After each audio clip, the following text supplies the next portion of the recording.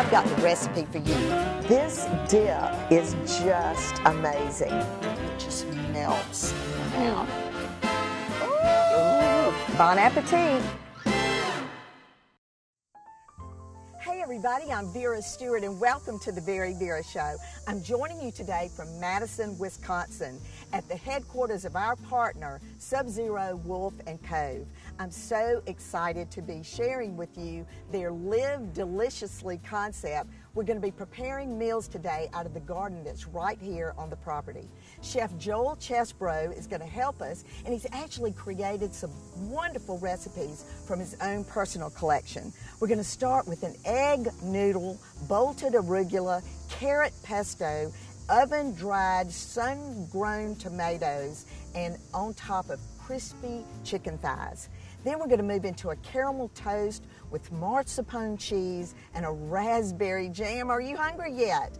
And then we're going to go over some picnic tips that'll help you this fall when you're maybe enjoying this beautiful weather. So Joel's got a lot to do and I'm so excited. Let's go inside. I'm so excited to introduce everybody to Chef Joel Chesebro. And Joel, you have just been wonderful to work with. We've had so much fun talking back and forth, just getting ready for this experience. And you know, the entire family at Sub-Zero, Wolf, and Cove have been remarkable to our team at the VeryVera Show. And needless to say, the appliances and just the way things go on the show and to be in this on this property is just phenomenal. We're in the barn right now, and you know, Joel, give us a little bit of history of how this whole thing came together. So when we purchased this land out in Fitchburg, Wisconsin, we saw that part of it was an organic farm. So as we're building our manufacturing facilities, we retained a few acres, and we have this beautiful farm here. And then a number of years ago, 3 or 4 years ago, the owners had a party out here, and there was a conversation, you know, we need to bring people out in the garden, show them the beautiful produce, let them experience that part of who we are, and the next thing you know, we're sitting in this building. Well, you know, since this is my first time, today just getting here and coming up, you see all the manufacturing side, and then it's just like heaven opens up. And the gardens are just incredible. Yeah, they're beautiful. Just going out there today and picking things and doing all that was so much fun. You know, what are all the uses for this property?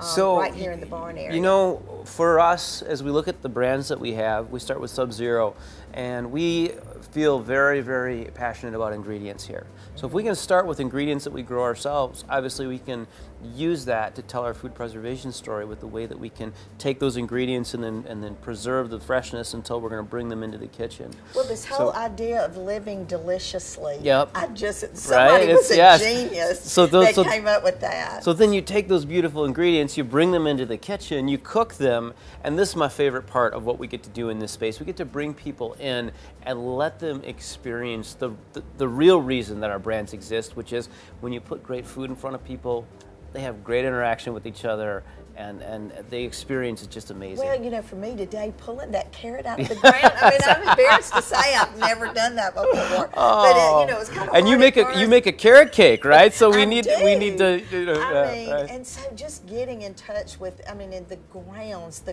garden is just beautiful. And we talked about in the South, you know, needless to say, I'm not in Georgia anymore. No. You know, you really don't have problems with animals and birds or anything getting into the garden. It's amazing what goes on here. Well, tell me a little bit about how you got the bug to be a chef. You know, I figured out that if you work, you can make money when I was 13 years old, right? Tell me more. And so I started at a fast food restaurant when I was 13, and actually shortly after that also worked on what we call a truck farm here, which is it would get up 4 o'clock in the morning and go out and pick sweet corn to load in these trucks. And then after that, just stayed working in restaurants, and I was always proactive about trying to find a new situation to learn more. I never went to culinary school, but I felt like you could work and learn. And 17 years ago, my wife and I actually bought an old brewery building that we wanted to renovate. We sold the business, and we had a gentleman working for us that was also working here at Sub-Zero. He said, hey, you want my part-time job making omelets in the morning? Oh, and so 17 years later, I'm a wonderful family-run company. I absolutely love working here. And well, it is so apparent to me from everyone I've met since the minute I got here. This is a family. Absolutely. And so we're going to get in the family kitchen. Let's go. We're going to make some a family recipe, recipes. right? Yeah, absolutely. Okay, so come back with us in just a few minutes.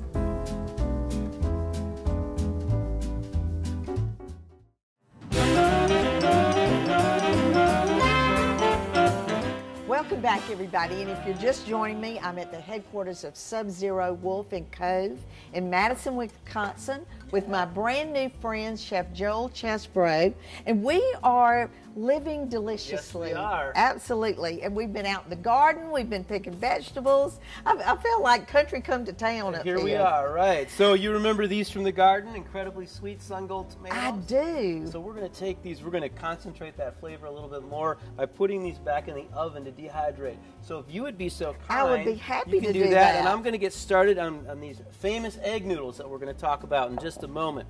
So we're going to start off, we have just some AP flour here, and we're going to take some chicken stock, put that into the flour. That was at a boil.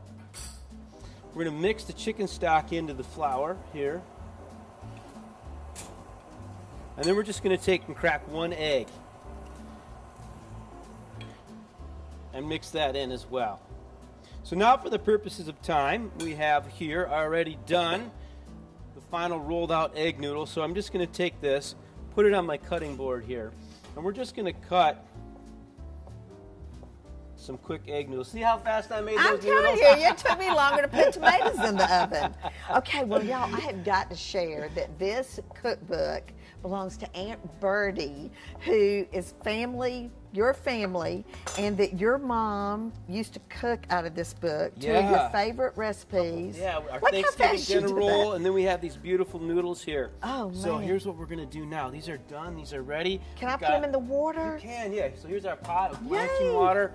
I'll take that off for you. You go ahead, just dump those right in. I'm going to get started on our pesto over here while those are cooking. Ooh, look. I have never made delicious. Homemade egg noodles. It's so simple. 3 ingredients.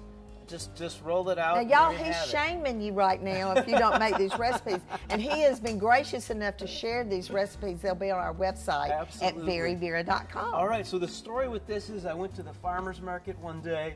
There was a farmer sitting there with their cute kids, which is always a good ploy if you're trying to sell something, right? Yes, and put the they had this child in arugula, front. and it was way past when they should have been selling it for salad.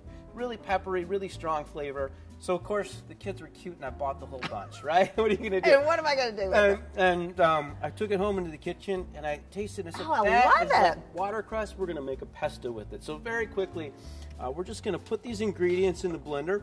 You want to put some of that arugula in there. Okay, so I'm going to blanch it, That right? quickly, yep. Y'all, this peppery flavor is, honestly, this is my favorite. To heck with kale. I'm all about Right, arugula. all about the arugula. All right, so while that's blanching, the other ingredients are going to go in here. We've got our roasted carrots here. And I picked the carrots. You did. You did a fine job. We're going to put some pine nuts. I've never done that before either. You did a really good job. I was proud of you. Beautiful Wisconsin soil, though, right? That beautiful black dirt. Oh, man, it was so just black. just You know, our amazing. soil in Georgia is red. Yep. Okay, so just All right, long yeah, enough to get it limp. Just long enough there. Put some of that in there. Okay. We're gonna Freshly put squeezed lemon juice. juice. And 2 delicious Wisconsin cheeses, Pleasant Ridge Reserve and Montemore. Just 2 beautiful flavored cheeses. They're going to play very well together. That can all just go in there. And we've been shopping for some of this cheese in Wisconsin. Eating a little cheese, I heard know last it. night. Yes, all right, it was let's delicious. Let's whirl this up and see what happens. Gosh, I love my Wolf blender. Yeah, I do too. I mean, I make soup You in ever it. make a cocktail in one of these? No. Never? That's my next thing. All right, there we go. God, what a beautiful color. This is the last ingredient that we I know, have for this. I'm getting this all in noodles. your pan over here. We dehydrated those tomatoes. We brought them up here, just put a little bit of butter with them, and that's going to be the sauce. So very simple pasta. Tomatoes, butter, and the egg noodles. And then we're going to top it. What a wonderful dish, and it's all made with fresh ingredients seasonally that you can make something wonderful. In Vera's Corner today, we're going to go over some picnic tips that will make you have the perfect picnic in this beautiful fall weather. And when we come back from the break, we're going to get started on caramel toast. That's going to be delicious. I mean, that sounds good, doesn't it? Another flavor from my childhood. Oh, great. Well, y'all come back with us in just a few minutes.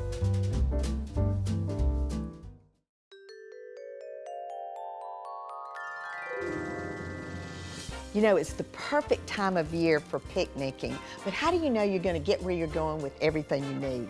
Today, let me share my picnic must-haves. Tip number 1, bring your sandwich fixings with you. Make your sandwiches on site to keep them from getting soggy in transit. Number 2, save space in the picnic bag by finding your favorite condiments in small containers that are picnic friendly. Keep the container for your next picnic. Even easier, save leftover condiment packs for an occasion like this.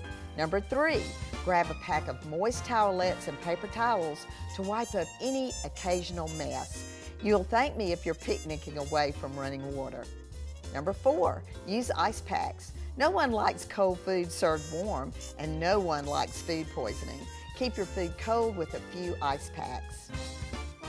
Number 5, bring reusable picnic wear. Grab a few cloth napkins, plastic plates, utensils, and cups that can be brought home and washed. This saves on waste and keeps you from seeking out a trash can. Number 6, bring a trash bag. Whether or not you can find a trash can where you're picnicking, save yourself some trouble by packing a trash bag or 2. This is a great use for all of those plastic grocery bags. Pack these items and have the best picnic ever.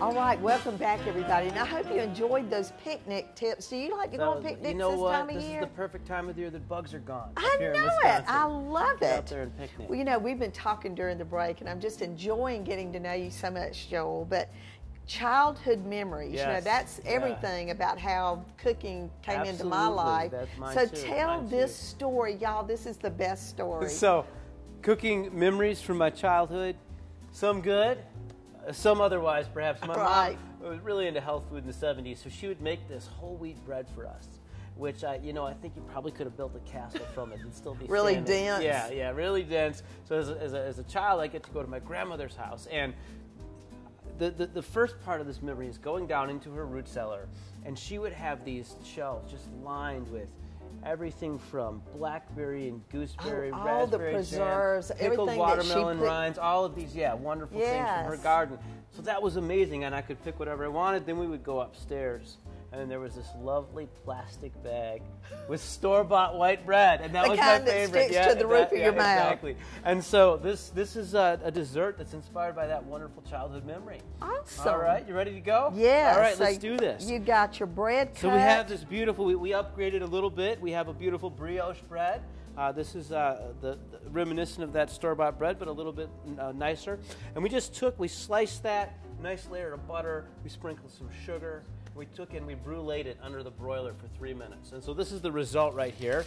You can see that beautiful crust that we have on there. It looks like creme brulee. Yeah, it's basically the same idea, but on bread.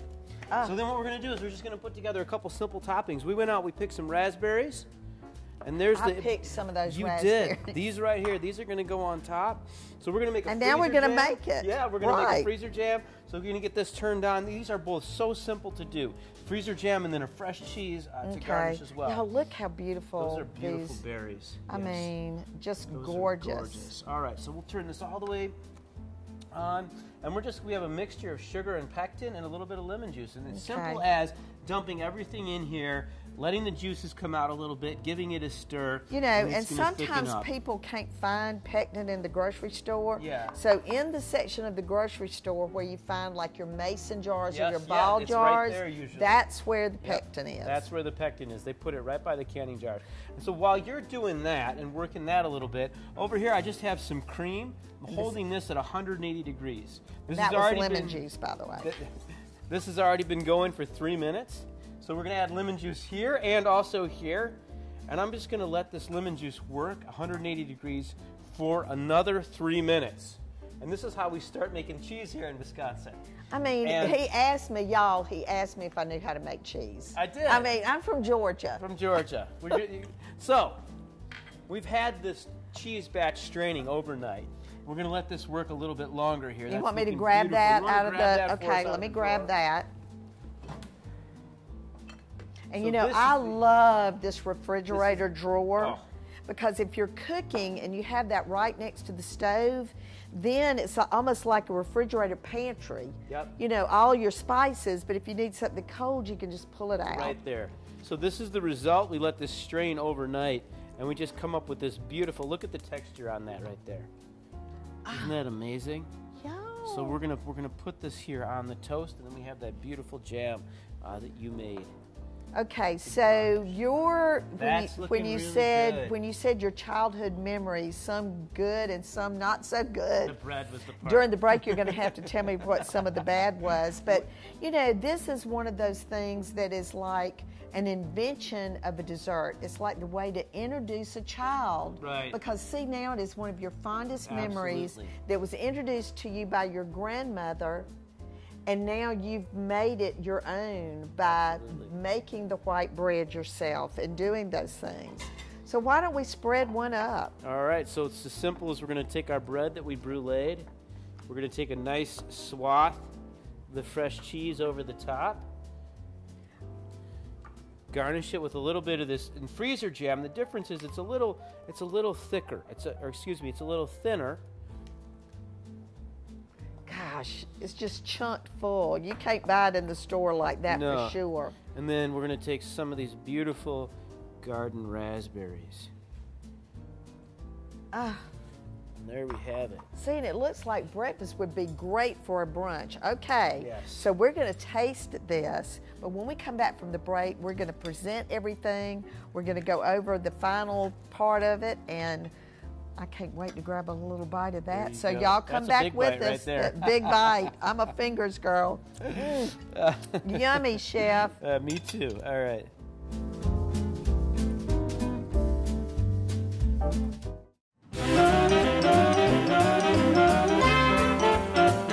Welcome back, everybody. And Chef, I've had the best time. I may not go back to Georgia. It's just been incredible. Y'all have rolled out the red carpet. We've had so much fun out in the garden and looking at all the things on this property. It's just been amazing. But you have been so kind to share Aunt Bertie's recipes with us, family traditions, and I'd love for you to walk back through what we did today. All right, so the egg noodles, we started off with this dish, just flour, boiling stock, and an egg. We mixed that together, rolled it out, and then sliced it up, and then we boiled off our noodles. It was that simple. And you know what? Y'all need to do this because these recipes are going to be on our website at VeryVera.com. Absolutely. And like you said, you saw it happen. It was very easy to do. There's nothing like that. All right, and so the sauce, remember those sun gold tomatoes that we picked out in the garden? Yeah, and when you ate one, I said, I got to eat one too. That, right? You're not cooking if you're not eating. So we took those, we dehydrated a little bit of butter, and that's the sauce. Oh. And then on top, we have our arugula pesto. We had arugula that went too long in the garden, so it was beautiful, peppery, delicious zip, and we mixed that with just some roasted carrots and garlic, pine nuts, and then a couple cheeses from Wisconsin and a little lemon juice. And there you have it. So, oh, man. Well, let's see. Looks like you're ready to have a taste there. Tell me what you think. Aunt Bertie wins? Yes. Let's talk about that. All right, so this is a childhood memory. We talked about me going to my grandmother's house and the beautiful white toast. So we went to the store, we found some brioche, a little bit of sugar and butter. We bruleed that under the broiler. And then so simple to make the freezer jam. Just raspberries, pectin, lemon juice in a pot, a little bit of sugar, brought that to a boil, and there we have our freezer jam. And then you got to make cheese. You're not coming to Wisconsin and not making cheese, I cannot believe it. I cannot wait to do that too, and that recipe is going to be there too. Well, and you know, it's like you said, we could do this for brunch. There's so many ways that you can use this. Going out in the garden and picking these raspberries was just tremendous.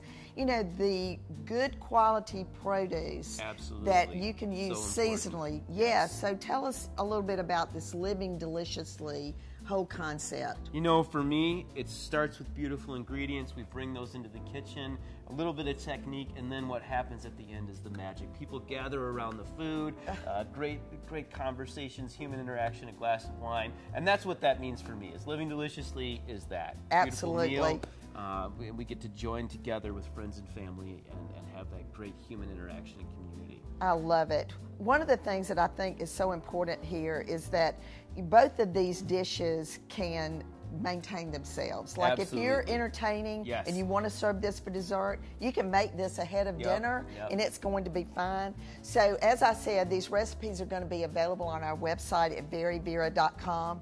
And I always say, Chef, no matter what you do it in good taste, and you have certainly emphasized that today. And I just want to thank everyone again at Sub-Zero Wolf and Cove for this experience. And I want to share with all of you the experience that I've had in Madison, Wisconsin. So come back with us again next week.